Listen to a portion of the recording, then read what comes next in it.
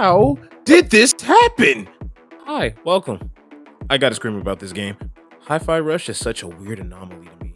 In a game market that's constantly consisted of battle passes where playing the game feels like a job in of itself, games failing to be funny, or games just outright failing. Here comes this game, shadow dropping on January due to Microsoft's and Bethesda's just random presentation about their plans for the future. They're just like, oh yeah, by the way, we have a whole game ready for you guys to play. Enjoy. And then they just left. And well, what a heck of a shadow drop it was. Let me tell you about this game and why it's my game of the year so far. This is Chai. He wants you to really think he's cool. Chai's going to this prison of robot tech company Vandalay, so he can get a new prosthetic arm in order to be a rock star. Unfortunately, since Chai is a bad gamer, he accidentally gets his MP3 player imbued into his chest. And along with that, it also can get him a pretty interesting quirk too. So after stumbling his way into Peppermint, that's her by the way, it's now a team-up story to fight against the company and save the world, I guess? Well, the robots clearly hate working here. I mean, wouldn't you hate it if you had to work 8 out of 7 days of a week? And so, it's now a fight against the evil company, the people in charge, against Chai and his resistance group. I'm not gonna go too deep into the plot because the game is relatively new. It came out back in January of this year after all. But what I will say is that everyone from their visual designs to their personalities and acting is all really great and fun. I don't know, there's something about this game that just feels like indie, but also not?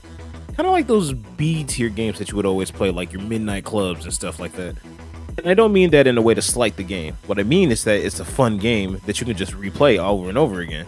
Now, time to talk about the gameplay. So, pop quiz. Remember what Chai said earlier? Yeah, whatever. That wasn't just for show. Or in this case, is it listen? Regardless, that statement really does affect the gameplay, and man, is it a fun one. So, I'm assuming you know what rhythm games are, right? Hit button to beat.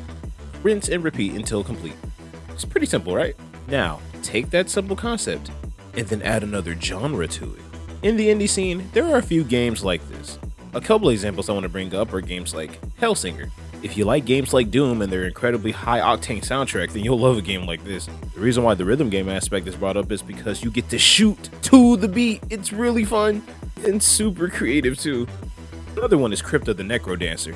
It's a roguelike dungeon crawler, which you move and attack in time with the beat. Although I'm pretty sure most people may have heard of it due to its crossover with the Legend of Zelda series, which is called Cadence of Hyrule, Crypta the Necrodancer, featuring the Legend of Zelda.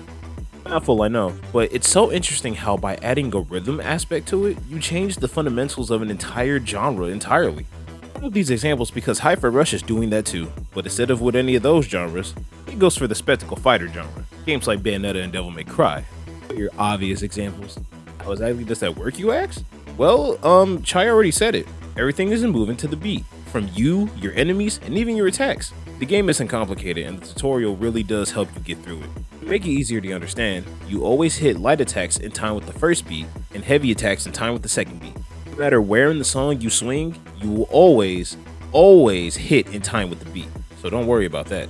But like every spectacle fighter out there, there's always a way for you to keep track of your progress. In this case, the game always has a visualizer that shows you when the beat is going to be going up in the song. Plus, as a reward, if you're paying attention, you'll always do more damage too. And some of your super moves won't even work unless you hit them in time with the beat, so, you know, it does help to pay attention. Just like Chai with his music career, you will suck at first, but the game really does hold your hand in terms of you getting better over time. And just like any other action game, you also get a hefty combo list. And if it does seem overwhelming, the game doesn't actually forcibly stop you to learn every move in the combo list. Instead, as you explore, you'll come across environmental objects that give you loot if you can perform the combo in time with the beat.